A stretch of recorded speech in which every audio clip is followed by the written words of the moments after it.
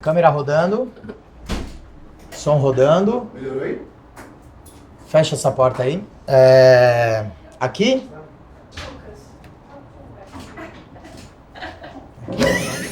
Cortar a língua era bom, né, filha? Bom, sei lá, vou falar, qualquer coisa você interrompe. E emenda, direciona. Falando pra você, né? Você pega daí também?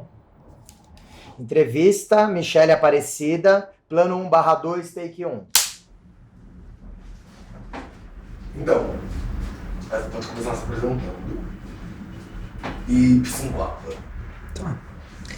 E depois de Psinguaba eu vou... Vai, emenda. A gente aqui gosta de falar pouco. Mas se você quiser falar 40 minutos seguidos, eu vou achar perfeito. Tá. É que às vezes eu vou atropelando, mas enfim, bom, vamos lá. Eu sou o Marco Paes. Eu sou Carolina Benjamin.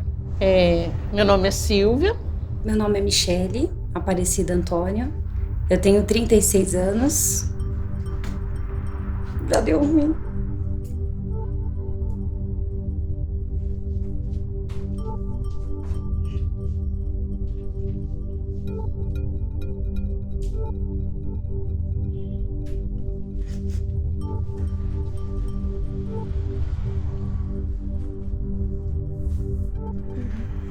Pode continuar. Pode continuar?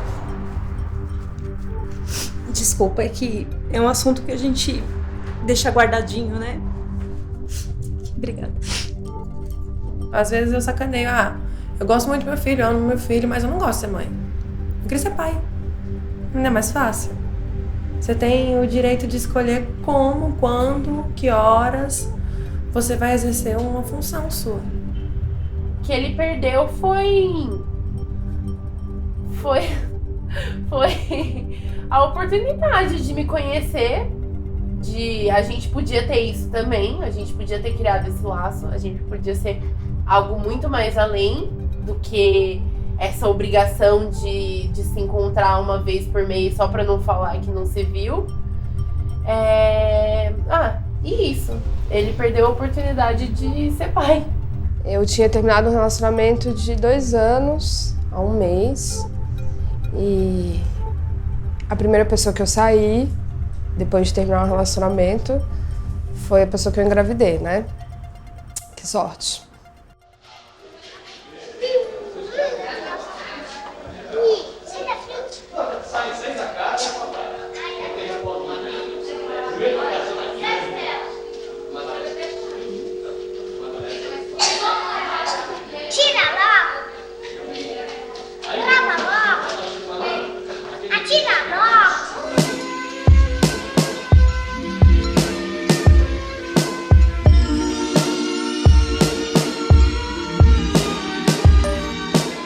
O tempo passa e o que fica é saudade, saudade, saudade, saudade, saudade.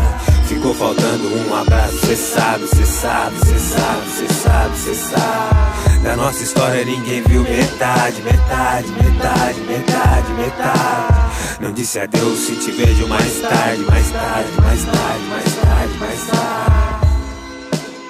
Beleza, Davi, acho que quando você chegar em casa a gente já vai estar dormindo, tá? Então tem macarrão com carne moída pra você na geladeira, só que não tá junto, tá? Tá separado. O macarrão e a panela e o molho da outra, que eu sei que você gosta. Tá gostoso, pode comer. E o bolo eu vou deixar dentro do forno, que quando você chegar, você põe pra mim dentro da geladeira, fazendo um favor. Tira essa. Tira. Não dá pra tirar. Por quê? Porque não dá pra pagar, agora tem que falar. Se eu soltar o dedo, vai enviar. A professora é legal? Sim. O tempo passa e o que fica é saudade, saudade, saudade, saudade, saudade. Ficou faltando um abraço, cê sabe, cê sabe, cê sabe, cê sabe, cê sabe. Da nossa história ninguém viu metade, metade, metade, metade, metade. Não disse adeus, se te vejo mais tarde, mais tarde, mais tarde, mais tarde, mais tarde. O tempo passa e o que fica é saudade, saudade, saudade, saudade, saudade. Ficou faltando uma hora, cê sabe, cê sabe, cê sabe, cê sabe, cê sabe. Da nossa história ninguém viu metade, metade, metade, metade, metade. Não disse adeus, se te vejo mais tarde, mais tarde, mais tarde, mais tarde, mais tarde. assim que você puder, manda um me ligue aí pra mim poder falar com você. Mas tá tudo bem, tá? Cá tá bem. E o pai não tá aqui não, viu? Só que vai tirar 3 horas pro trabalho e eu tô com medo de que essa convulsão dela esteja desregulada e que ela vá ter outra. Oi, tia. Eu tô com saudade.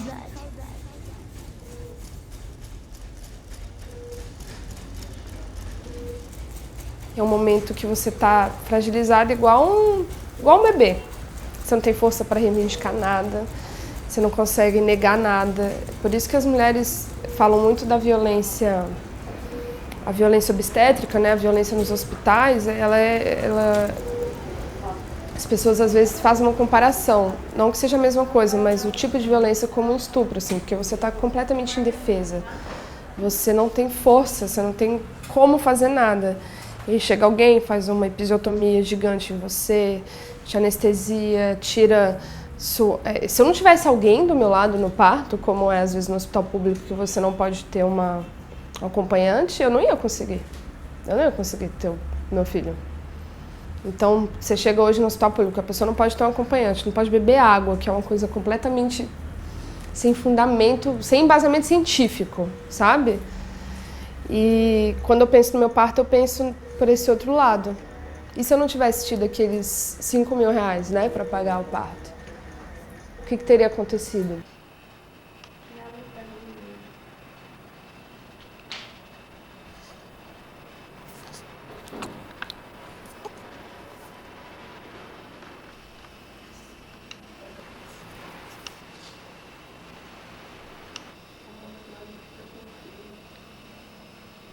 A história, na verdade, começa com minha mãe e meu pai que se conheceram em Singuaba, Ubatuba, uma vila de pescadores que minha mãe tinha casa lá e meu pai tinha muitos amigos que iam sempre para lá.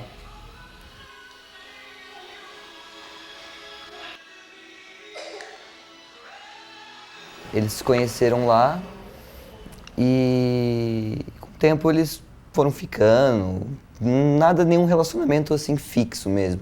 Porque meu pai não queria nada sério com a minha mãe, mesmo minha mãe estando muito apaixonada por ele, sempre se declarando, fazendo 1001 demonstrações de amor. Ele nunca teve muito nem aí com ela, inclusive ficava com amigas dela, coisas do tipo. Ela tinha na época 24 anos, ele tinha acho que 25 mais ou menos. Porém, ela tinha acabado de começar a trabalhar, ele, um cara totalmente inconsequente, que ela sabia que ele não ia assumir o filho, porque sabia que o que ela ia ter que enfrentar. Ela estava meio desorientada, não sabia o que fazer, pensou na possibilidade do aborto. Os meus avós, que ela morava com meus avós em Taubaté, eram extremamente religiosos, de achar um absurdo ela ser mãe solteira, diante daquela situação tão nova, mas ela gostava muito do meu pai e ela tinha muita esperança que talvez o filho fosse ser algo que pudesse unir os dois, e, enfim, e ela já estava começando, que ela diz, o processo de ser mãe, aquela coisa que começa já a criar um laço com o filho e tudo mais, então ela já começou logo depois, assim, que caiu a ficha que estou grávida, ela já desencanou do aborto e falou, não, eu vou comprar essa briga, seja com ajuda ou não, com apoio ou não, eu vou ter esse filho.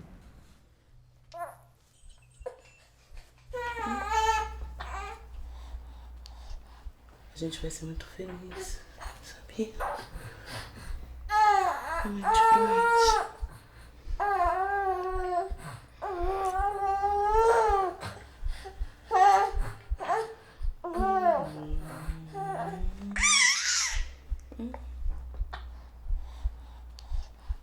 A gente vai morar num lugar muito bonito.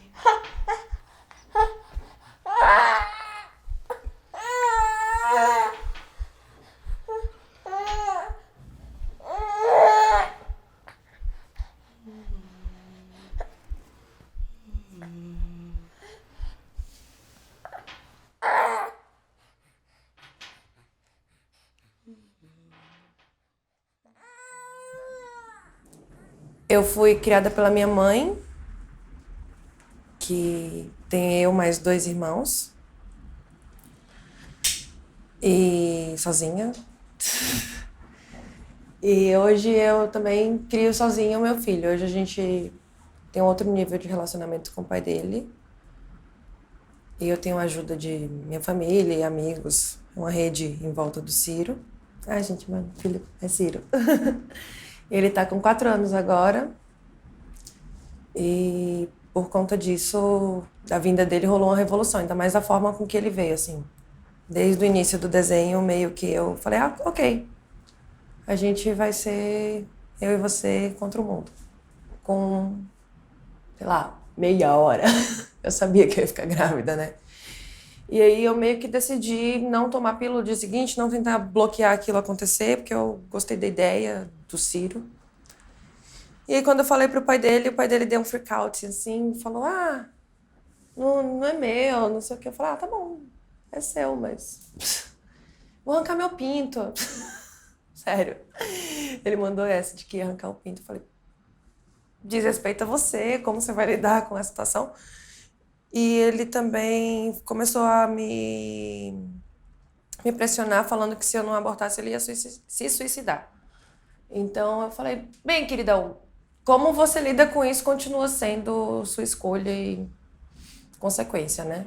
E eu era noiva, conheci o pai da Maiara. E ele ficou me azarando até eu terminar o noivado e ficar com ele. E depois de alguns anos, né, a gente junto e a Maiara foi concebida.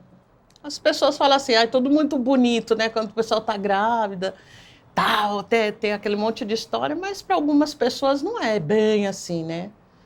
E para mim foi assim meio difícil, né, porque o pai da minha filha, né, ele era uma pessoa assim, eu acho que ele era meio... Ele pensava nele, era filho único também, né? E ele pensava muito nele, ele era muito egoísta. Então, ele, de primeira mão, assim, ele não aceitou. E aí ele disse aquela frase para mim, eu não posso ter filhos agora e tal, e não sei o quê. E falou assim, olha, nesse caminho que você... Ele mandou eu escolher entre ele e o bebê. Como eu pensei naquela situação que nunca mais eu pensava que aquela era a única chance que eu ia ter de ter um filho. Aí eu falei assim, bom, então entre ele e o filho, né? E aí ele falou assim, bom, esse é o caminho que você escolheu, então você vai andar nele sozinha. Falei, então tá.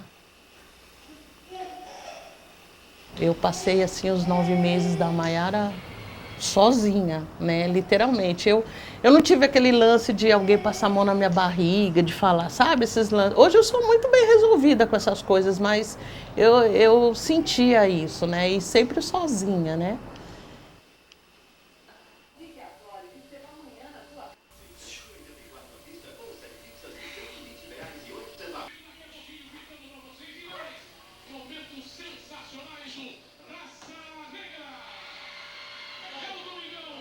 A paternidade, ela sempre é vista como uma opção a exercer. E a maternidade, ela é vista como uma função social. E caso você seja mãe, tem uma série de restrições sociais e situações que você passa, desde as mais simples até as mais pesadas, porque você é mãe. O único argumento que consegue entrar é isso. Você é mãe, então você tem a responsabilidade com essa criança. O pai tem esse direito de ir, vir, né? Não quero. Falar, o aborto paterno, eu odeio essa expressão, não é um aborto. É um abandono, é uma criança pronta, é uma criança que vai viver no mundo, vai correr no mundo, vai ter anos e anos de necessidades físicas, emocionais, psicológicas, que vão estar sendo amparadas por uma pessoa que normalmente está física, emocionalmente e psicologicamente completamente extenuada pela quantidade de demanda que é isso. A minha mãe, ela já veio também de uma vida difícil também. Então, os meus avós eu também não conheci. Então, parece que é uma coisa que vai se repetindo. Isso que é muito chato. É uma família sem estrutura. Então, o meu avô já era mesmo da pá virada, que também não se preocupava com a família. Foi enchendo a minha avó de filho. No terceiro filho, minha avó foi fazer um aborto e acabou falecendo. E aí ela deixou tudo pequenininho, minha mãe e meus tios. Então, assim, pequenos mesmo. Minha mãe tinha, meu tio tinha 5, minha mãe tinha 3 e o outro tinha 2 anos. Então já ficou 3 órfãos ali. Aí eles resolveram de uma maneira muito assim, não, os meninos nós vamos colocar no colégio interno e a menina, que seria minha mãe, nós vamos cuidar dela, entre aspas, porque ela seria a empregada da casa. Então ela foi criada dessa maneira, ela não foi, ninguém falou pra ela, você é batalhadora, a gente tá com você porque você é da família. Ela sempre foi à margem ali da própria família. E aí com 17 anos ela se depara com um cara que também veio pra azarar mais ainda, né? Não foi o príncipe encantado. Então eles tiveram um relacionamento, ela engravidou, e quando ela foi dar a notícia, assim, tipo, feliz, não feliz, mas assim, eu vou ter uma ajuda, uma parceria, porque afinal eu não fiz sozinha. E aí a reação dele foi péssima, assim, ele deu uma surra nela, com um amigo, porque é bem covarde, né? E aí os dois bateram nela, assim, na intenção de que ela abortasse, né? E não abortou, estou aqui, graças a Deus. Ela chegou em casa com a novidade, estou grávida, não quiseram nem ouvir. Falou, arruma suas coisas e vaza. Então ela saiu de casa grávida, passou fome, ficou na rua. Aí apareceu uma outra pessoa, falou, eu te ajudo, mas em troca você vai ter que fazer o que eu quero. Ela foi morar num barracão, era uma galera lá, e ali acontecia de tudo também. De tudo que vocês imaginam, assim, sexo, droga, tudo mais.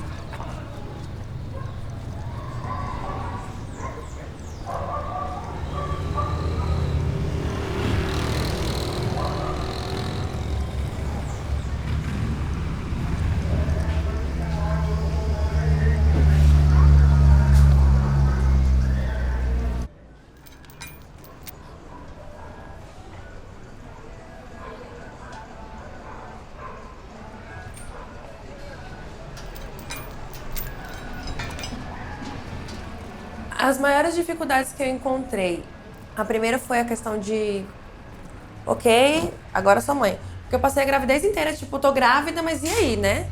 Tô trabalhando, tô aqui, em 15 dias eu volto pra faculdade. Eu tinha isso na minha cabeça, eu juro. Eu acreditava nisso. Até o dia que eu tava em contração há 2 semanas, que chama pródromos, né? E aí eu falei, eu vou trancar a matrícula da faculdade. Eu não tenho condições de voltar em 3 meses. Eu tenho que parir e tal. E aí o primeiro impacto foi esse, né? De me voltar para o processo, entender maternidade. O segundo foi aquela criança pronta ali na minha frente. Tive problemas de amamentação. Não muito graves, mas assim, meu filho não precisou tomar leite assim, artificial. E aí veio o terceiro impacto, que era o ok, as pessoas não existem mais. Porque as pessoas, a partir do momento que a mulher se torna mãe, parece que esquecem que ela existe, né? A mãe vai ter um período que ela não vai estar no bar, gente. Sabe? Ela não vai estar no ato. Eu lembro que era pleno 2013, o bloco comendo e eu assim, amamentando. Isso... E aí, quando eu voltei pra faculdade, que eu fiquei 1 mês e meio na faculdade, meu filho completamente doente esse mês e meio. Falei, ok, desisto. Foi quando eu fiquei pior. Comecei a desenvolver muitas dores, muitas coisas físicas. E os primeiros 2 anos de uma criança, a mulher realmente tem situações neurológicas, assim, e sociais que pegam muito. E isso pode acontecer em 2 anos, o baby blues, assim. Eu tive, que eu considero que foi assim, muito complicado, até uns 4 meses. Assim. Eu desenvolvi uma depressão, e muito diferente do que as pessoas pensam, né? Eu não tinha uma rejeição com o Caetano, não era nada disso. Eu tive uma depressão com o mundo, assim, né? Eu não sabia como eu voltar para o mundo com meu filho. Eu me sentia um ET, eu achava que todos os meus amigos, eu fui a primeira a ter filho, me olhavam com cara de pena. Eu não conseguia fazer mais nada com eles, porque eu não conseguia ir para o jazz, no parque, para isso, para aquilo, porque eu estava com um bebê de 2 meses. Aí o bebê estava com a tosse, eu não podia sair de casa. Então eu vivi, parece que eu entrei numa ilha da solidão, assim.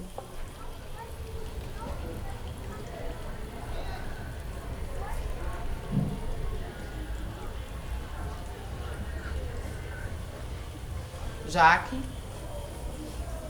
Jaque? Tereza, vem cá, tô aqui na sala.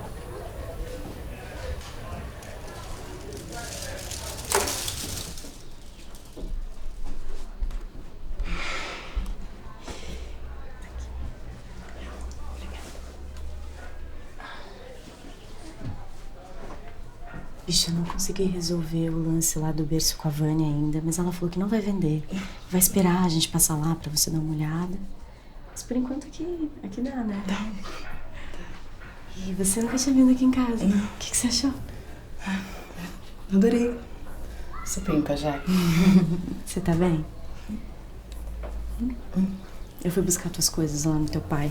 Tá tudo aqui, mas ele não gostou muito. Não vamos falar do meu pai. Colocar ela ali, ó, na casa.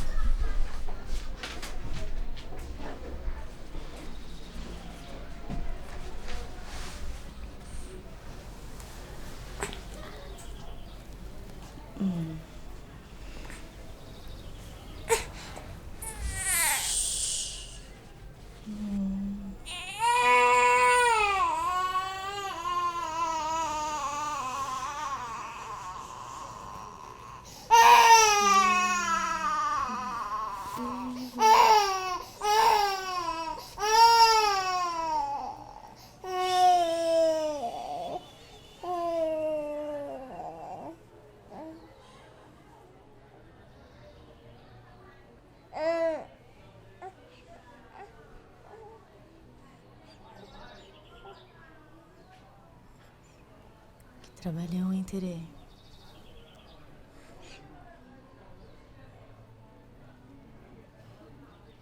A Márcia tá chegando daqui a pouco. Ela fica até mais tarde hoje na faculdade, mas daqui a pouco ela tá aí. E ela tá muito, muito ansiosa e animada pra conhecer a Letícia, né? Tem certeza que a gente não vai atrapalhar? Que nada.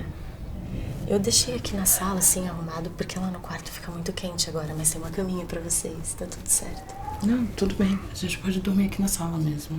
De jeito nenhum. Não tem problema. Não, tá tudo certo. Pode ficar tranquila. Falei pra você que eu tô contigo. Tô com ela também.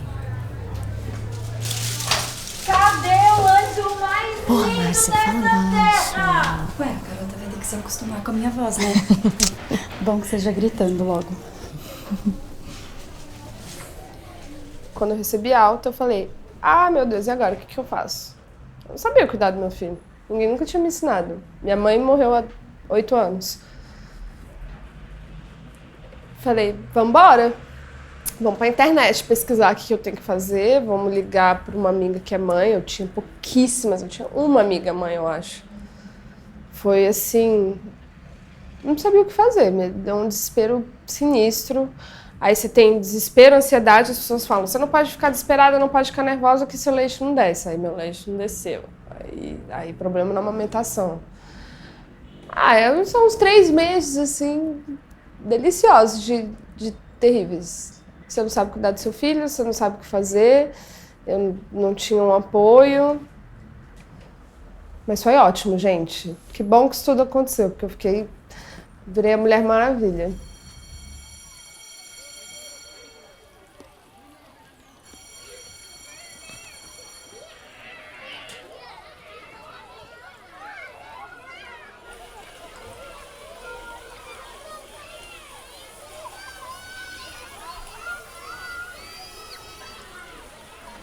Ao mesmo tempo que eu virei mãe, que é uma coisa que eu quis, né? Eu quis virar mãe, eu gosto de ter meu filho, eu gosto de criar ele. E aí eu tenho que abdicar de quem eu sou. O que está acontecendo? Eu fiquei muito nessa crise. Porque eu entrei numa hora num consenso, assim, que eu tinha que fazer um concurso de uma coisa que, sei lá, se eu gostava. Passar e depois, quem sabe, fazer um concurso melhor. E pronto, eu tive filho, era essa a vida que eu tinha que ter agora.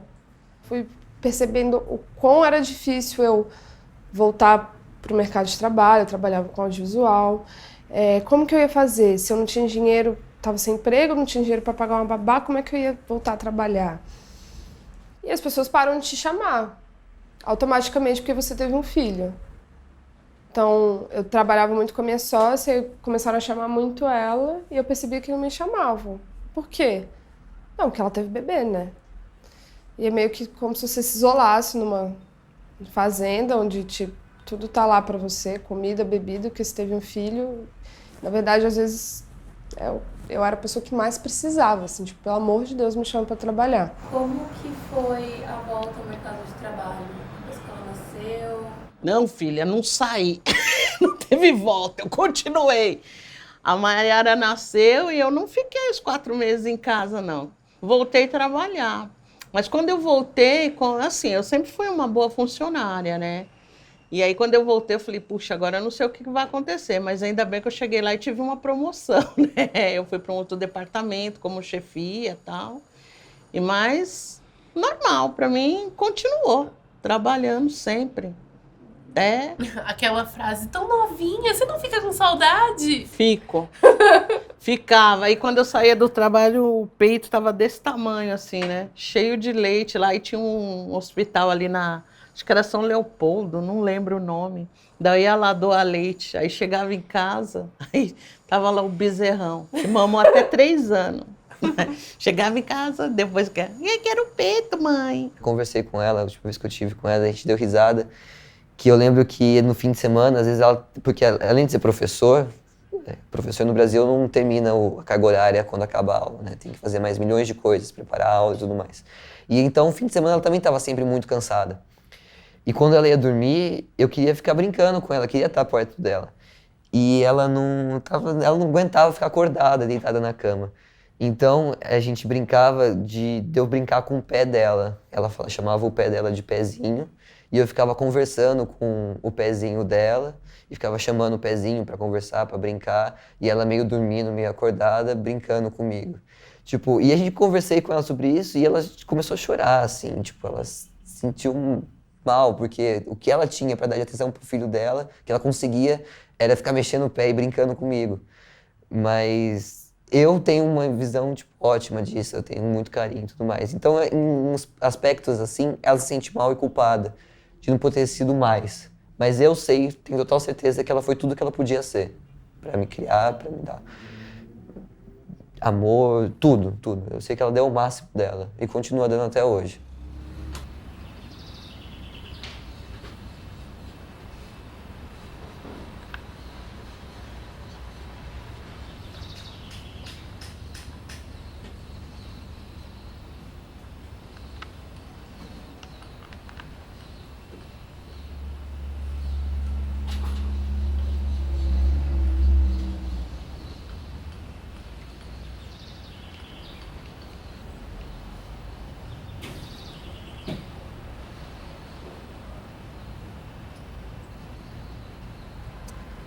Então, a minha família é uma família muito bacana. Minha mãe, quando ela se separou do meu pai, ela voltou para casa da minha avó, onde tinha minhas 4 tias, minha avó e ela. Depois de um tempo, meu tio e minha tia, 2 tias morreram, depois meu tio e minha tia e meu primo foram morar lá com a gente. Então eu cresci com a minha mãe, minha avó, minha tia, meu tio e meu primo. Eu cresci muito bem, assim, a gente em São Bernardo, né, numa rua sem saída, fofa e meiga.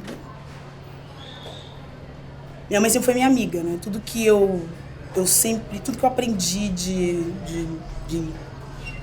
intelectualidade minha, essa coisa de eu ser muito racional, intelectual, eu aprendi com a minha mãe. Eu acho que minha mãe, como ela trabalhava fora, ela não sabia muito o que fazer comigo no final de semana. Então ela me dava tudo que ela estava aprendendo, né? E ela me ensinou a ler, então eu tinha que ler desde muito cedo. Ela me contou sobre filme, videogame, quadrinho, tudo, porque ela era, né? Ela era uma mãe solteira que trabalhava no fórum, minha mãe é advogada. Então ela vivia, né, uma vida, né, social, né? Ela ia para os bares da cidade e ela voltava e ela me contava tudo isso. E eu aprendi muito com ela. A gente sempre foi muito amiga. Muito mais amiga do que mãe e filha.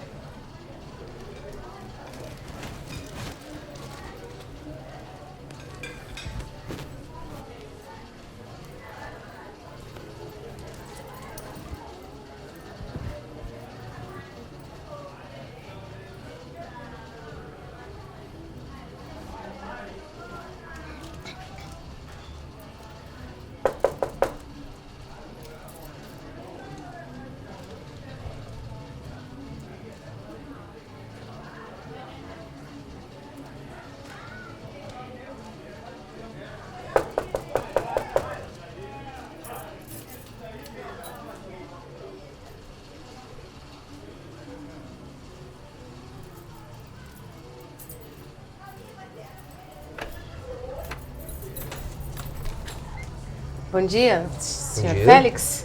Sou eu? Prazer, eu sou a Tereza, tudo bem? Oi, Tereza. Eu sou amiga da Jaqueline, que é amiga da Marisa, que me falou que o senhor tinha uma vaga aqui. Sim. Tereza, que é amiga da Jaqueline, que é amiga da Marisa. Entendi. Na realidade, eu sou amiga da Jaqueline, que é amiga da Marisa. Entendi. Ela me falou da vaga, eu me adiantei, eu trouxe a documentação pro senhor. O aluguel vence dia 4, sabia?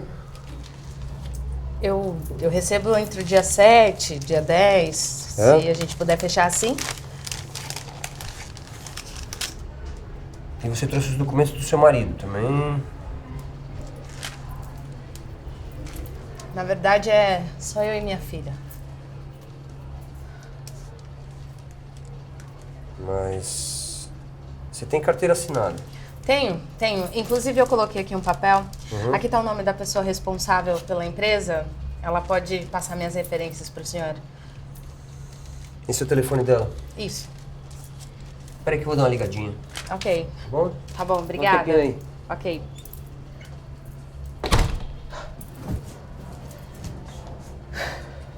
Assim, eu sempre tive minha mãe, assim, admiração, porque ela era uma mulher guerreira, muito trabalhadora. Eu lembro da minha mãe só trabalhando. Trabalhando para sustentar 3, porque ela me teve, ficou desamparada.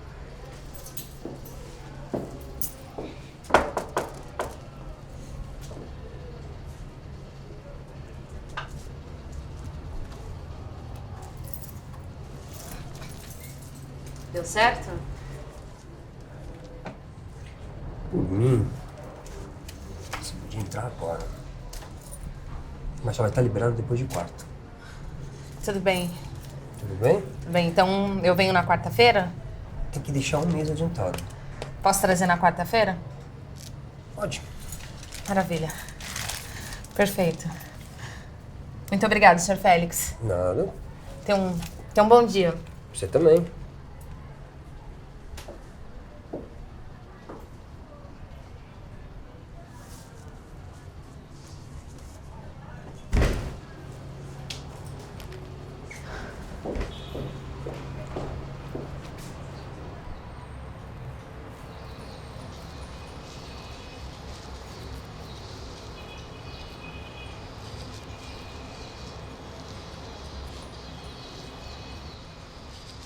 Mamãe, hoje eu quero ir de cabelo solto. Tem certeza? Tem. Certeza? Sim, certeza. Então tá. Filha, vira aqui. Você acha o cabelo da mamãe bonito? Acho muito. É? Então vamos fazer o seguinte. A mamãe vai falar umas palavras agora. E você vai repetir tudo que eu disser, ok? Ok. Mas não pode ser da boca pra fora. Tem que ser aqui, ó, do fundo do seu coração. Combinado? Combinado. Posso começar? Pode. Então vamos lá. Eu sou forte. Eu sou forte. Eu sou inteligente. Eu sou inteligente. Eu sou linda. Eu sou linda. Eu mereço respeito. Eu mereço respeito. Eu não sou melhor que ninguém. Eu não sou melhor que ninguém. Ninguém é melhor que eu. Ninguém é melhor que eu. Muito bem. Ai, filha. Você é a coisa mais linda que Deus me deu, sabia? Obrigada. Agora me fala quem é que vai arrasar na escola. Eu! Ah, muito bem. Então vamos logo antes que você chegar atrasado.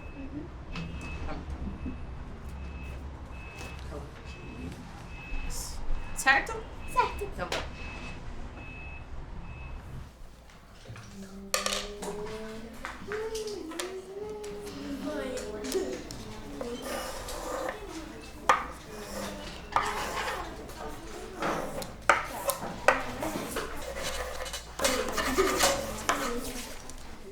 Eu queria criar uma criança com pai e mãe, assim, presente em todos os momentos, só que não dá. Eu percebi que não dá, ou é eu ou é ele. Esse ano o Rian fez 6 anos e eu e as minhas amigas sapatão, a gente organizou uma festa linda pro Rian e eu fiz a besteira de convidar o pai pra festa. né? Um pai que não ajudou nos preparos, porque é muito corrido o dia da festa do aniversário do seu filho, você quer que tudo saia perfeito. E ele não ajudou em nada, só chegou pra dar close, assim, na festa, sei lá, deu um bolo de presente. E aí, nessa festa, depois de, sei lá, de umas 3 ou 4 cervejas, que não justifica, ele teve uma crise misturada a ciúmes, machismo e lesbofobia. E aí, ele me xingou muito, foi horrível, assim, foi no final da festa, mas foi horrível. E aí, daí por diante, eu percebi que eu não tinha que ter uma relação com ele. Esse núcleo familiar novo, ele é novo porque ele não tem uma proposta de formação. Porque na periferia tem muito, né? Tipo, são 5 irmãs numa casa. Cada uma delas tem 3 filhos, um de cada pai. Todas as irmãs não têm o pai. Nisso você já criou uma família ali, formadas de irmãs e primos, avós e avós, essas famílias que moram em quintal, sabe? Que tem a casa na frente, a casa de trás. Você vai passando a ter. Eu acho que a vantagem dessa nova família é a gente não ter essa forma aí dessa forminha aí de bolo que a gente vai dizer que ela vai ser construída com 3 mães, não sei. Eu acho que a proposta é essa, eu acho que ser uma pequena comunidade, assim. Os negros fazem muito isso, assim, porque o racismo te obriga a você se fechar ali para se fortalecer em núcleos.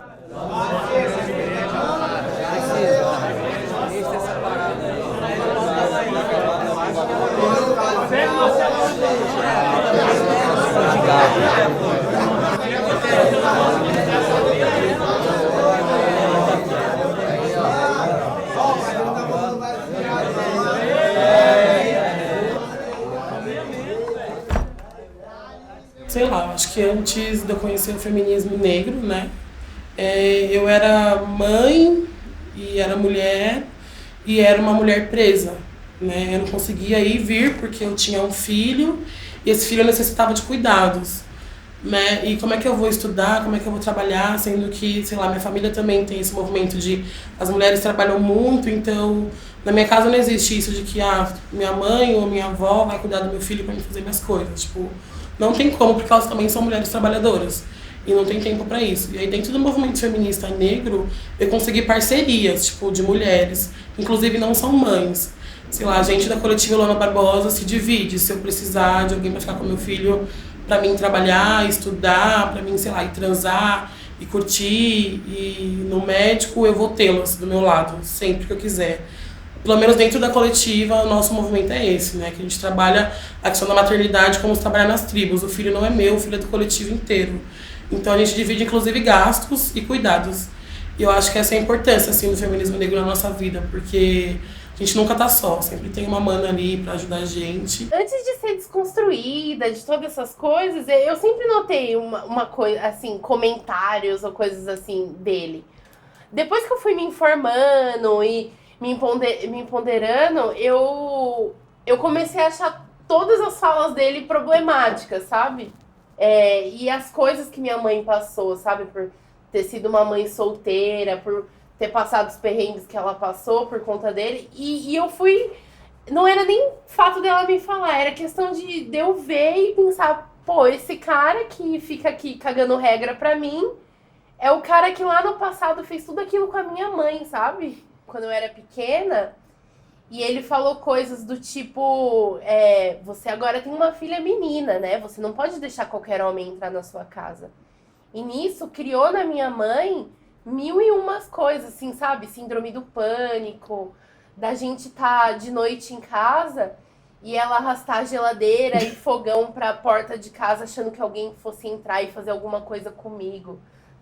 Medo que ele colocou na cabeça dela. Ai, e isso ela passou 20 anos, assim... É que, na verdade... Ai, credo, Maiara. Na verdade, eu acho que esses comentários que ele fazia de menina era tipo assim... Porque meio que eu era meio que dependente emocionalmente dele. Eu não queria ninguém porque eu tinha medo, você entendeu? Ele fala, porque mulher acaba se condenando quando tem uma filha e vive sozinha. Você entendeu? Homem não, né? Mas a mulher, ela se condena. Sabe aquelas coisas que você, vai estuprar minha filha, tipo assim, sabe? E você, no seu inconsciente, você é uma mensagem subliminar que fica ali. Então eu fiquei sozinha o tempo inteiro. Eu me fechei totalmente. Fiquei sozinha durante todo esse tempo, entendeu? Não assim que também, na verdade, eu não era uma pessoa solitária. Por uma situação, eu decidi viver só. A minha visão mudou quando eu virei mãe. Aí que eu fiquei mais mordida, porque antes eu era muito de boa. Quando eu virei mãe, que eu falei, caramba, que responsa que é isso? Eu me preocupo com o ar que meus filhos respiram. Eu falo, caramba, e ninguém teve esse cuidado comigo, né? Eu sou uma sobrevivente, assim.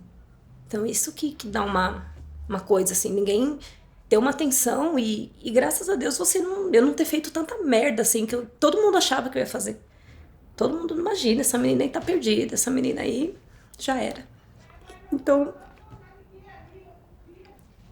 apesar das dificuldades, assim, eu acho que eu venci, sabe? Isso que é o mais bacana, assim. É uma ajuda aqui, uma ajuda ali, de palavra, de afeto, né? Mas sempre fica essa lacuna, assim.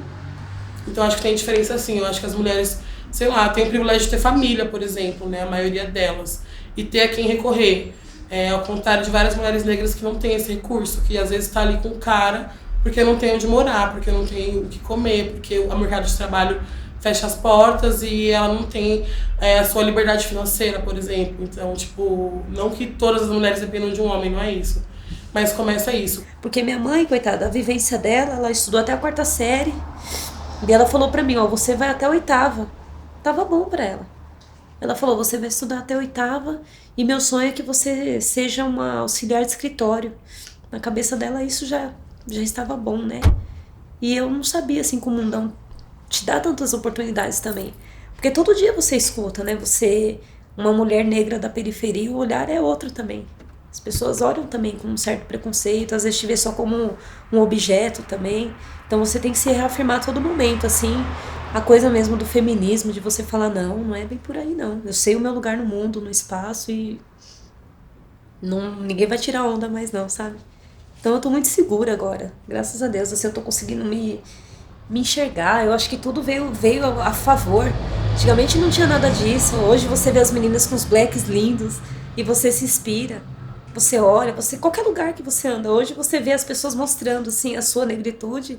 Não tinha isso, né, antigamente. Então, o mundo tá melhorando, eu acho. Muito bom. Tô contente, assim, de ser uma mulher negra, de ser forte, apesar das lágrimas. Mas são lágrimas de luta mesmo.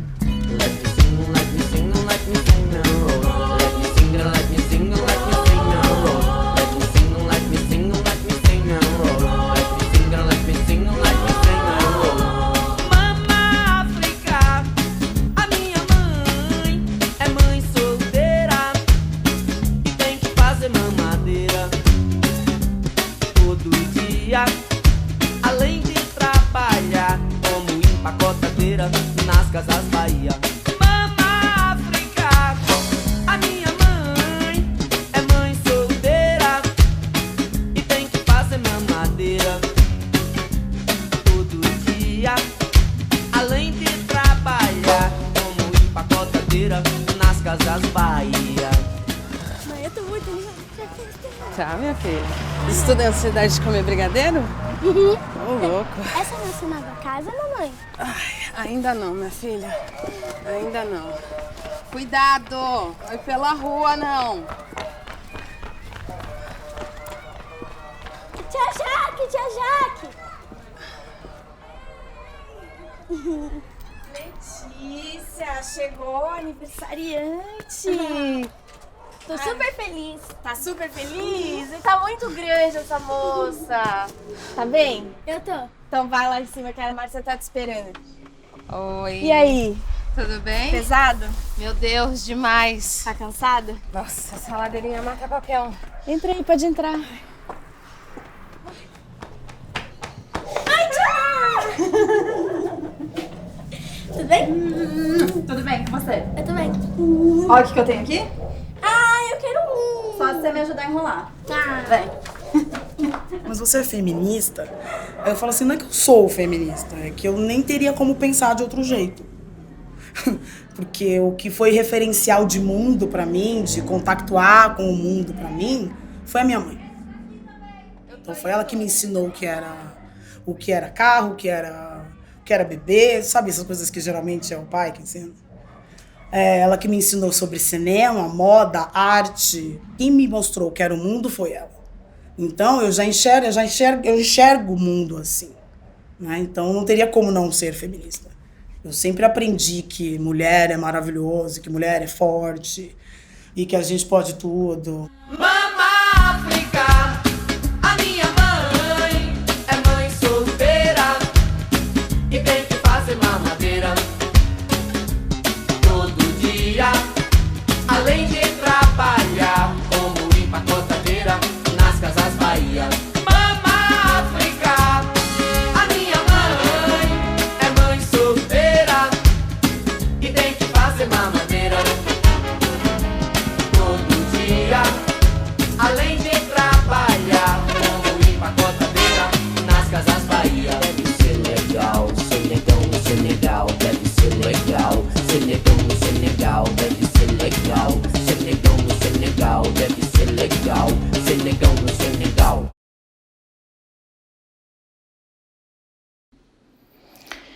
Meu filho, o processo de reconhecimento da sua paternidade foi uma das coisas mais estressantes, humilhantes, degradantes que eu já vivi em toda a minha vida.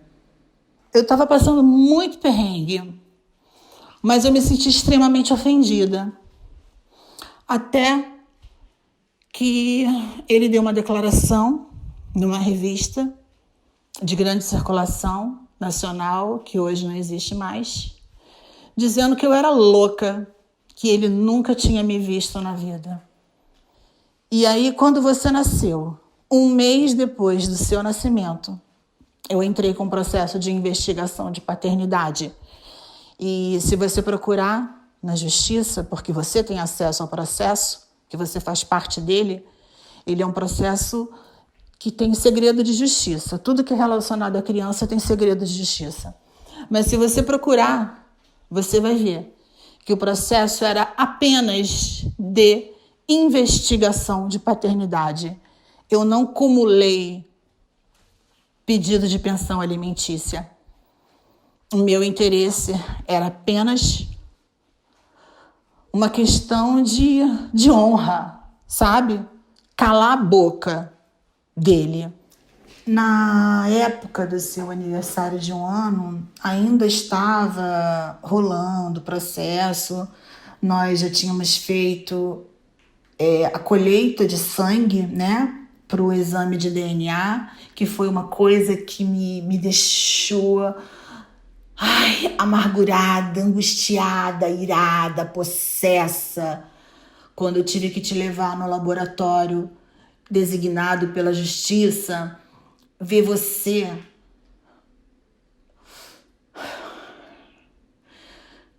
tendo o bracinho espetado para colher sangue de uma coisa que tanto eu quanto seu pai sabíamos da verdade. Aquilo,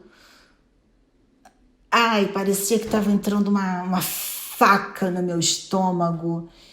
E ver o seu choro, sentindo a dor daquela picada, aquilo para mim era muito, assim, angustiante, era muito doloroso. Aquela picada, daquela colheita de sangue, daquele exame de DNA, era uma dor que você não precisava passar. Enquanto a paternidade não foi comprovada, eu fui muito olhada, atravessada, sabe, por essa sociedade machista. Eu nunca contei para você sobre as coisas que seu pai falava na imprensa naquela época, e das coisas que ele fez comigo, porque eu achava extremamente desnecessário. Você era uma criança, entende? Para que eu ia suscitar ira na sua mente, no seu coraçãozinho? Entenda bem a situação da mamãe. Eu já tinha vindo de uma situação de alienação parental, onde a minha avó e a minha mãe Me proibiam de ver meu pai, proibiam meu pai de chegar perto de mim. A única coisa que eu não queria de jeito nenhum era fazer com você o que a sua avó, por pura ignorância, não foi maldade, foi ignorância e submissão à sua bisa Esmeralda, fizeram comigo. Eu jamais colocaria seu pai contra você. Você contra seu pai, quer dizer. Nunca coloquei e nunca vou colocar. O que eu calei até hoje vai comigo pro túmulo. Tá? Eu acho que a melhor coisa que minha mãe fez pra mim foi nunca ter falado mal do meu pai pra mim. Ela nunca, assim, e eu sei o quanto ele magoou ela. Eu sei o quanto ele feriu ela, o quanto ele devastou ela. Até porque tem a questão do racismo disso. Meu pai largou ela pra ficar com uma mulher branca. Eu fui saber exatamente o que tinha acontecido, a história mesmo, quanto ela chorou, quanto ela não chorou, já tinha uns 18 anos.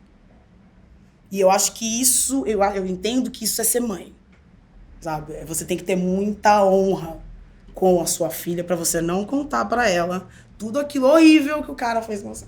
Porque ele largou ela grávida. E eu tentei preservar isso, então eu nunca falei assim, que as coisas que ele falava, quem ele era, as coisas que ele dizia pra mim, o que ele fez pra mim. Minha família, nunca falei nada. Eu nunca sentei lá e vamos sentar. Por quê? Porque eu sempre me fiz assim de fortona, você entendeu? Eu sempre segurei as minhas ondas. Eu nunca fui lá e... Acho que por isso que depois eu tive que procurar um psicólogo, porque eu sempre segurei muito, eu não me permitia chorar, não me permitia, sabe? Eu tinha que ser forte e aguentar tudo, você entendeu? Eu acho que de certas formas ela se sente culpada porque ela não teve um apoio, né? Ela não teve alguém assim, um apoio do sentido falando assim, vamos lá, eu vou trocar fralda com você. Não teve alguém ali do lado com ela, vivendo a experiência de ter um filho pela primeira vez. Ela tava meio que, querendo ou não, mesmo com a família, os avós, os amigos, as pessoas dando uma infraestrutura, um apoio, eram muitas coisas materiais, né? Não era que ela sentia aquela companhia de alguém vivendo aquilo com ela, ajudando ela a ser mãe, enfrentando aquela barra sozinha. Primeiro eu tive muito uma luta assim de reivindicar a paternidade dele, de tentar de tudo, de levar até a casa, de falar, não, você fica 1 hora, de tentar despertar com amor, assim, de todos os jeitos, né? E depois de 1 ano, assim, eu desisti. Acho que me deu uma empoderada mais, porque eu fiquei 1 ano muito perdida, achando que eu não ia dar conta. E depois que passou 1 ano do meu filho, eu falei, não, eu dou conta. Se ele aparecer ou não, tá tudo bem. Não é o jeito mais fácil, mas eu vou conseguir. Então, desde a gravidez que eu percebi o movimento, como aquilo poderia se desenvolver, eu já fiz um acordo judicial, tive uma amiga que me acordou e falou assim, cara, não importa o que aconteça. Ele vai registrar, então você vai pedir pensão. E eu, não, porque você fica com orgulho. Tipo, cara, o cara vai ser ausente, não vou pedir pensão, né? E ela falou, não, você vai sim. Se ele quer ter um nome na certidão do seu filho, ele vai pagar pensão sim. E você vai precisar, não seja orgulhosa. Filho custa caro. Passei por uma... E minha família, assim, muito tradicional. Meu pai... cara super conservador, machista, achava que era um absurdo, né? Como eu tava pedindo pensão de um cara que eu engravidei, que não era meu namorado, que não era nada meu, e eu tava pedindo dinheiro. Porque parece que você tá pedindo dinheiro pra você. Com isso, minha indignação foi aumentando e eu fui conhecendo pessoas com histórias parecidas e fui percebendo o quanto isso era injusto para as mulheres. Até eu me tocar que era ok eu pedir uma pensão, que essa coisa de um pai aparecer de 15 em 15 dias é muito cruel e muito aceitável, né? É o que eu falo muito, tipo, um pai pode ver o filho de 15 em 15 dias porque ele trabalha muito, porque ele é muito ocupado, porque ele tem que trabalhar para pagar a pensão que você pediu, né? Porque se você não pedisse essa pensão, quem sabe ele fosse mais presente, né? Ainda joga de novo uma culpa para a mulher. E eu, por um momento, eu fui enganada por essa história, por essa falácia assim, na sociedade. Tipo, poxa, ele trabalha muito, ele é muito ocupado, ele pega... Ele é um pai legal, né? Ele pega no fim de semana, dorme. Nossa, ele dorme? Cara, é incrível. E aí você fica achando que a sua história é muito boa e muito ok por ele fazer um mínimo que vários pais nunca fizeram. Ah, mas o fulano nunca apareceu, mas o fulano foi embora com a mulher grávida. Ele tá pegando seu filho fim de semana, tipo assim, tá ótimo. Paga pensão, uma pensão boa, né? Na verdade, ele não tá fazendo mais que obrigação. Me deixou muito chocada uma coisa que ele me disse uma vez, que eu tava na Augusta com umas amigas minhas, eu tinha deixado ela com a babá, e eu encontrei com ele sem querer, e eu falei, e aí, você não vai pagar pensão? E ele chegou pra mim e falou, ou eu pago a pensão ou eu vejo ela. Eu falei, isso não deveria estar em questão, você deveria querer ver a sua filha, não se sentir obrigado. E aí ele começou a pagar a pensão mais certa, não tanto quanto deveria, mas paga. E acha que o que ele paga é muito. Que supre as necessidades dela, que a gente sabe que não supre, né? Ainda falei pra ele, eu prefiro que você não dê R$1 pra ela, mas que você veja, esteja ali presente com ela, porque é disso que ela precisa. E eu falei pra ele, tô cansada de toda vez ela perguntar do papai e eu não poder dizer nada. Porque eu falei que eu nunca vou falar mal dele. Ela vai ver quem é ele. Sem precisar dizer nada. No trem, ela chama pessoas de pai. Uma vez um motoboy na frente de um mercado, não tinha nada a ver com o pai dela. E ela gritou, papai, papai. Eu falei, gente, ela chama todo mundo de pai, porque ela não sabe quem é o pai dela. Pra ela, um homem é o pai dela. Ela vê uma pessoa barbuda, é o pai dela. Então, ela não tem nenhuma referência do que é ter pai. E quando eu engravidei dela, foi que eu não queria casar. Até porque eu não gostava dele. E ele falou, não, eu quero casar porque eu quero ser diferente. Meu pai me abandonou e eu quero que seja diferente, que você tenha um apoio. E não foi nada disso. Essa época que eu fiz o exame de DNA, ele chegou a vir para São Paulo acho que 3 vezes por causa do trabalho dele, e aí ele trazia o filho junto. Então ele fingia que ia me registrar, ele ia no cartório comigo e esqueci tal documento que eu precisava, esqueci o outro documento. E era sempre assim, e eu acreditava nele, deve ser, né? Eu fiquei muito abalada emocionalmente depois disso, dessa história, quando eu tinha 17 anos, de todos os desaforos que eu engoli dele, da família dele, da mulher dele, de tudo que ela disse pra mim. A mulher dele falou que eu tinha problemas psicológicos por querer ficar indo atrás disso. Isso não afetou a vida dele, isso afetou a vida da minha mãe, afetou a vida dos meus avós. De todo mundo. Afetou a vida dos meus avós, a vida da minha mãe, a vida da família inteira por parte da minha mãe, principalmente da minha mãe, que dedicou a vida dela inteirinha pra me criar, pra eu ser quem eu sou hoje, pra eu ter uma vida boa. E ele não foi afetado por isso, mas eu também fui afetada. Fui afetada emocionalmente por não ter um pai, fui afetada por todo o descaso dele comigo depois, e fui afetada por oportunidades que o filho dele tem e que eu não tenho. Que deveriam ser as mesmas, já que os dois são filhos da mesma pessoa, mas ele escolheu ter, ele quis ter dentro de um casamento, e eu não. Então ele escolheu que eu não sou filha, sendo que os dois foram feitos da mesma forma. Eu consegui construir uma família sem ter tido nenhuma base. Eu acho que essa foi a parte mais bacana, assim, que eu consegui fazer. Eu falei, esse aí foi o meu mérito, né, de lutar por eles, de acordar todo dia de manhã, me explicar pra eles, sabe, como que é a vida. Eu acho que eles vão ser pessoas bacanas, assim, é isso que eu torço, né, que eles sejam pessoas de bem, sabe, pessoas de bem, façam boas escolhas. É a mesma responsabilidade que eu jogo pra minha filha, eu jogo pro meu filho também. Eu não vou criar ele assim, você é homem, você pode fazer o que você quiser. Não, você é homem, você tem que ter responsabilidade, né? Pra ele não virar um Cláudio da vida. O meu primeiro casamento foi com 35 anos, né? E os meus 2 casamentos foram iguais, só mudaram as palavras. Infelizmente, as mulheres aqui presentes me perdoem, mas eu não consegui amar nenhuma das minhas ex-esposas, né? Amar para mim é muito complicado. Acho que eu nunca amei, por isso que é complicado.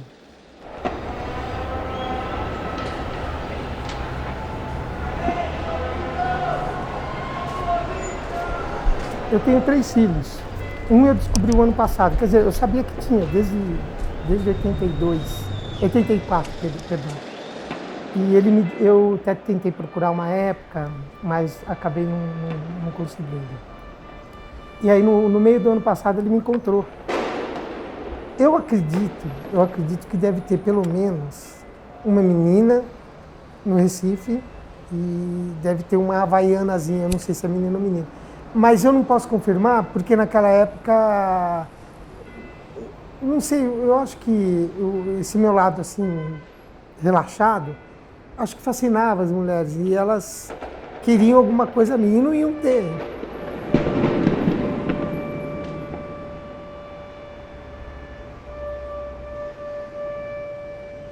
Eu sempre fui de confiar, sabe? Escuta, você toma remédio, eu sou contra remédio. Então, toma pílula, puta, vamos evitar. E na minha época não tinha tanta camisinha, sabe? Não tinha, não existia essa... Hoje até é uma necessidade, mas não existia esse feeling de ter que usar camisinha, né? E eu não gostava que namorada minha ou qualquer coisa assim tivesse que tomar remédio por minha causa. Algumas vezes eu falava, não, você tá nos dias férteis? Não se faz, né? Mas a maioria, sinceramente, me enganou nos dias de fertilidade, entendeu?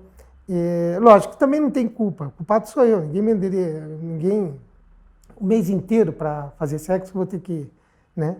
Mas então, eu acho que filho, assim, que eu conheço são esses 3. A Carolina, quando nasceu, a mãe dela ficou grávida, tal qual a mãe da Bubu também. Eu não sei, a falha foi minha, né? Então, a mãe da Carolina, naquela situação, falou, bom, se não casar, eu tiro. Lógico, casei, né? Não vou deixar tirar, não tinha talento para isso.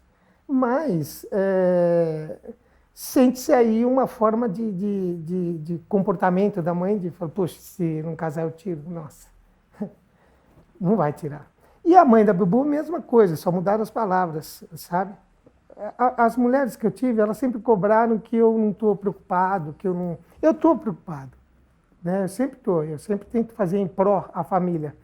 Mas eu tenho uma coisa que eu prezo muito, e eu não sei se isso daí só fica subentendido para elas. Para mim é a essência, que é a liberdade. E quando a Roberta ficou grávida, né? Sabendo que eu vim de um ex-casamento grávido, sabe, aquela coisa toda, o trauma que eu já tinha tido pela situação, chegar naquele ponto de ou casa ou eu tiro o filho, né? Então ela não comentou nada comigo, né? E de repente foi para o Canadá. Lindo, também adoro o Canadá. Foi para o Canadá e nada. Sumiu a Roberta, ótimo, vou para outros, né? Tá aí. A gente tinha alguns amigos em comum e a gente sempre se encontrava em festa, em churrasco, na casa de um, na casa do outro. Um belo dia, um amigo nosso chegou e falou assim, não, vamos sair para uma balada, tal. Chegou lá, cara, eu olhei pra cara dela, ela olhou pra minha e a hora que a gente foi ver, a gente tava se beijando. 1 mês e meio depois a gente já tava morando junto. E eu, ela e o Theo. E a gente se apaixonou, ela me apresentou ele e eu também me apaixonei.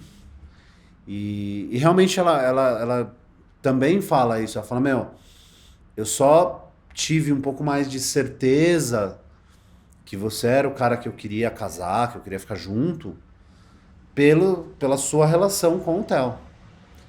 Porque uma coisa é ligada à outra, né?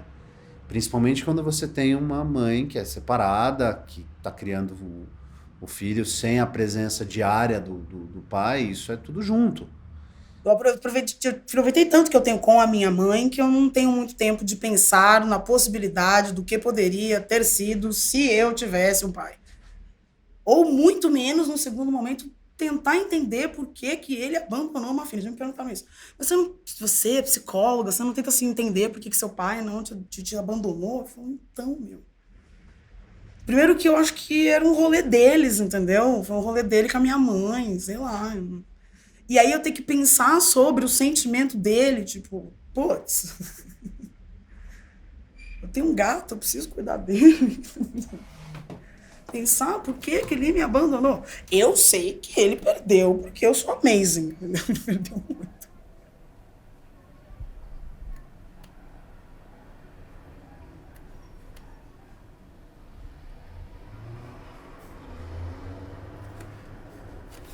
vamos pôr os pingos nos is. O grande relaxado, o grande culpado sou eu, porque elas me amaram do jeito delas, né? Eu também tenho meu jeito de amar. Elas me amaram. Então eu que fui o grande vilão, sabe? Eu que deixei essa lacuna na vida delas, que realmente, por isso que se existir um ódio da parte delas, até pode proceder mediante a eu ser esse largado de... Entendeu? Mas nunca para nenhuma delas faltei, né, com o meu cumprimento de não, vou assumir, né? Todas que chegaram para mim, não, eu vou assumir, sabe? Então, essa coisa toda eu acho que o grande culpado sou eu.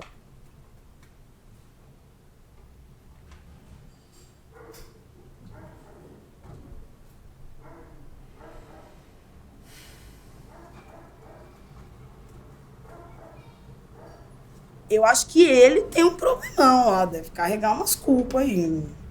Que bicho, você tá ligado que você largou uma criança.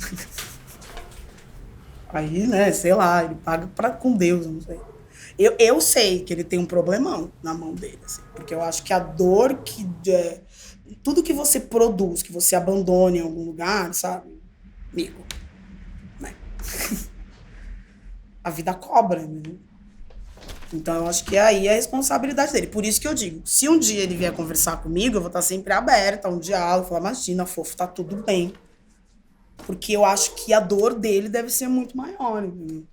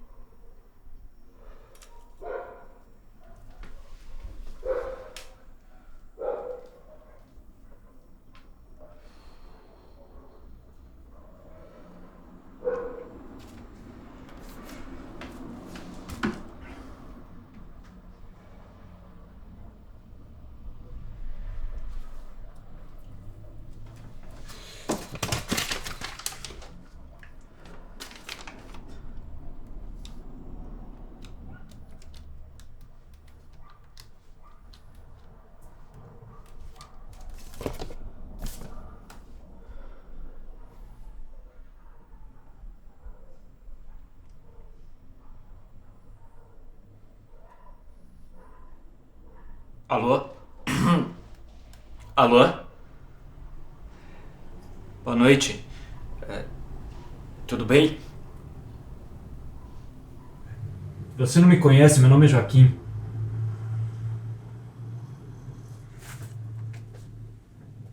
Eu sou filho da Teresa. Teresa. Não. Verão de 88? Pissinguaba? Sim.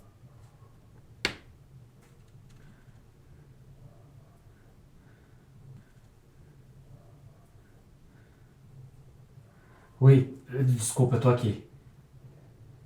Não, ela tá bem. Ela tá tudo bem.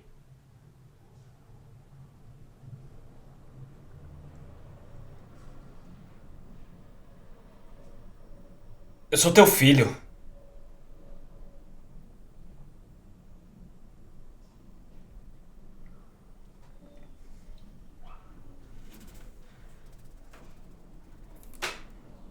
Eu também não esperava. Sim?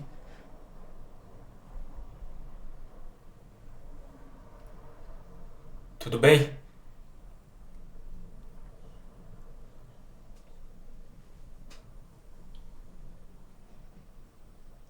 Até logo. Então eu acho que é uma dor aí que eles têm aí que é grande. E eu acho que como a nossa sociedade não fala das dores masculinas, a gente não fala das dores masculinas, né? A gente não tem um programa da tarde na Globo onde as pessoas sentam para debater as feridas que um homem tem na nossa sociedade. E eles têm. E essa é uma delas. Eu fico pensando como é que eles vão fazer quando eles verem isso aí que você terminar. Tô louca pra ver. Eu queria fazer um público, assim, com vários homens poderem sentados pra assistir. Porque é na ferida. E ela existe e eles sabem. Eles não falam, entendeu? Porque o homem tradicionalmente... imagina. Eu não estou sentindo nada. Mas tá. Então eu acho que aí ele vai ter aí uma dívida. Eu acho que talvez isso a psicologia me aliviou, talvez. Não sei se é... Porque tem uma dor ali latente, sim, de você ter abandonado algo. Meu, amigo, presta atenção. É o seu DNA andando por aí. Fica uma dica. Fica a dica. Acho que, né, o universo tá te dizendo que você deixou parte sua, que você pôs uma outra pessoa andando por aí. Quando eu realmente resolvi, falei, não, eu vou ficar junto com ela, a gente vai morar junto. Muita gente chegou e falou, você tá louco. Como é que você vai fazer? Você vai assumir o filho de outra pessoa? Você tá assumindo um BO que não é seu. E uma série de coisas assim.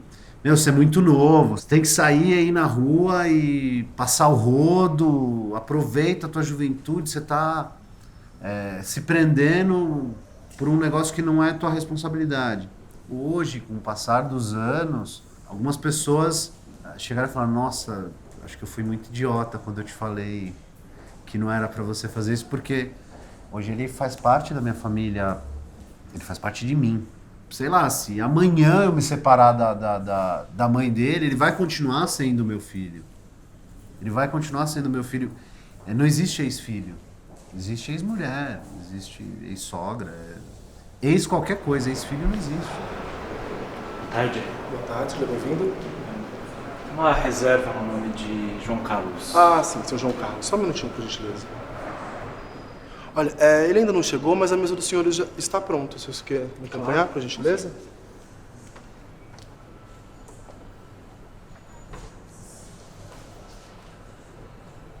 Obrigado. Imagina, fique à vontade.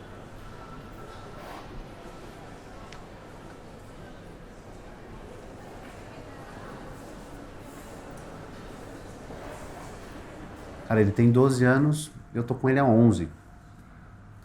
É meu filho. Tanto é que hoje em dia, muitas vezes eu vou em algum lugar, eu falo, esse aqui é meu filho. Nossa, ele é a sua cara. Porque muitos modos, muitos trejeitos, o jeito de falar, o time que ele torce é o mesmo que o meu. Sabe? Ele tem pai e mãe palmeirense e virou um santista.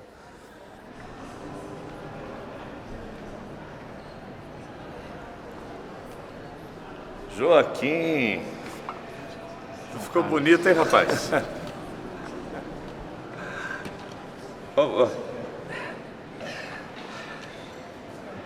Gostou daqui? Já conhecia aqui? Não, bem bacana. A Soraya, sempre que vem aqui, come casquinha de siri. Soraya? Ah, eu não tinha te falado. Soraya é minha mulher. Estamos casados há 22 anos já. Parabéns. Faz tempo que você chegou? Não, cheguei agora. E sua mãe como está? Tá bem. Tá meio doente, mas tá bem. Mora lá pros lados de Cotia ainda? Cotia? Não. Nem sabia que ela morava em Cotia. Ela tá morando ali no Patriarca, na Zona Leste, sabe? Tua mãe sempre gostou de morar por aqueles lados. Ela falava muito da casa da mãe de uma amiga, que era Márcia, acho o nome da garota. Tia Márcia. É isso. Ela era minha madrinha. Morreu no ano passado. Você já pediu alguma coisa? Não. Vamos beber alguma coisa? Vamos. Pra mim, o de sempre. Sim, senhor. Gostaria de beber algo? Tem gin tônica? Sim, temos. Maravilha. Com licença, algo mais?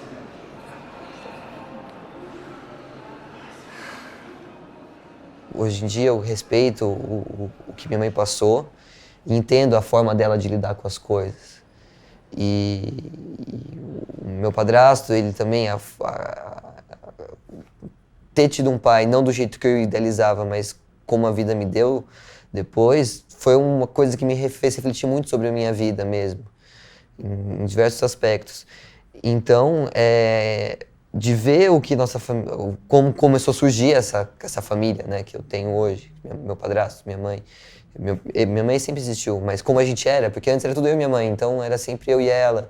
Eu lembro muitas vezes que a gente ia viajar, ia para Pissinguaba de ônibus, então a gente descia na estrada e eu com a minha mochila e ela carregando a mala. Eu lembro que ela tinha uma mobilete, ela me levava para passear de moto. Enfim, que como depois, quando ele chegou e como é que a vida foi sendo, assim, eu acho que foi sendo construída uma relação muito boa, apesar de ser conflituosa. Teve um período de caos, assim, mas depois que esse caos passou, teve aquele período que cada um se reconheceu ali, e se entendeu como família, foi uma coisa muito positiva, teve muito carinho, afeto, a gente ficou muito próximo, foi muito boa. Fomos para o aeroporto pegar a sua madrinha, inclusive, estávamos indo para a casa dela, foi quando eu conheci a Márcia. Eu não sabia que vocês se conheciam. Eu gostava muito daquela coisa. Lá em casa nunca falaram de você. Sua mãe deve ter suas razões, né? Mas vamos parar de falar um pouco da sua mãe? Vamos mudar de assunto? Não quer conhecer seus irmãos? Irmãos? Mais de um? Meus filhos.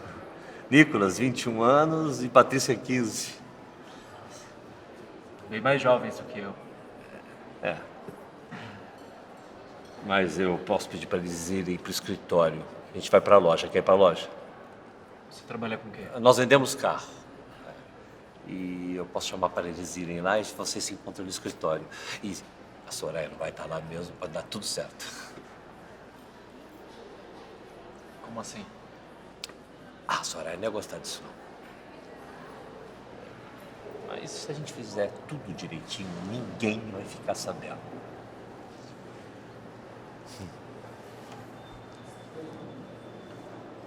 Deixa eu ir no banheiro rapidinho. Tá bom, maravilha. Com licença.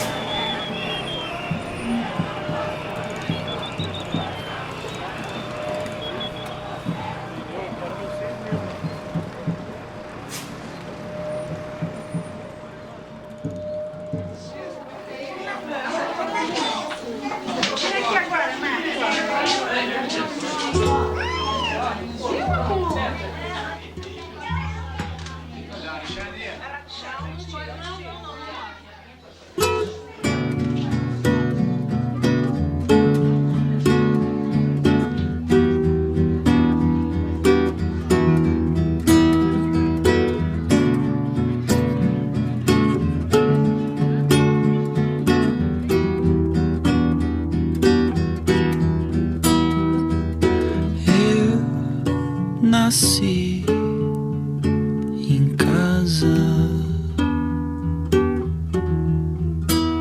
na cama, boquinha de missão, de céu, de mar. Demais,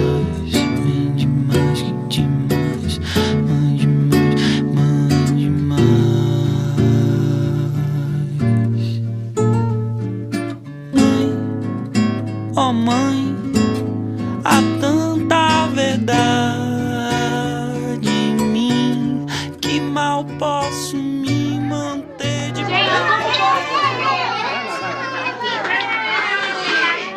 Como for a surpresa, já contadinho, não vai ter como. Eu oferecer o Alexandre o primeiro pedaço. Mas eu queria dar. É que nesses 5 pedaços de bolo, eu queria dar para 5 pessoas que foram muito importantes durante a minha gravidez. Durante o tempo que o Alexandre nasceu.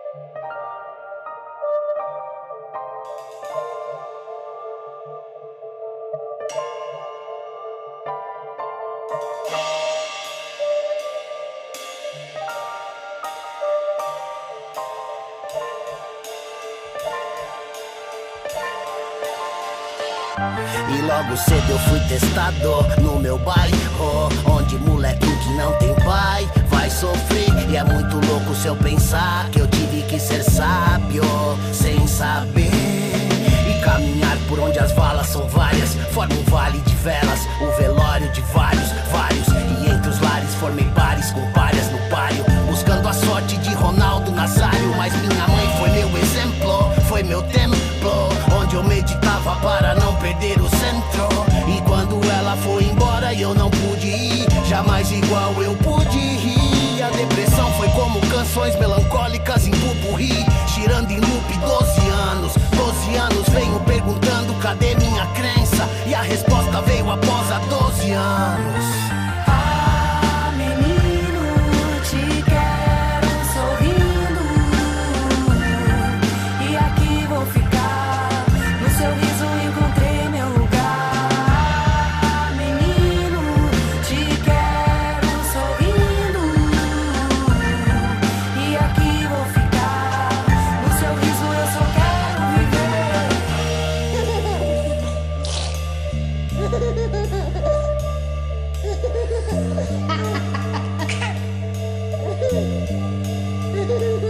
Não deixo a barba pinicar quando te minar. Acho que é isso quando a gente nasce.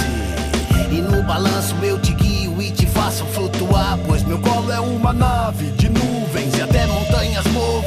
Amor louco, é óbvio, é outro nível e cai feito um dilúvio.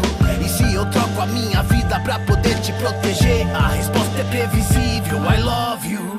É como se os anjos rimassem e no meu ouvido soprassem. E eu canto bem baixinho, só pra de mansinho, só pra malisquilha assombrarem. Anjos que seu sono conduzem, luz vem no berço de penugem. E olhar você dormindo é o que amansa no meu peito esses demônios que rugem.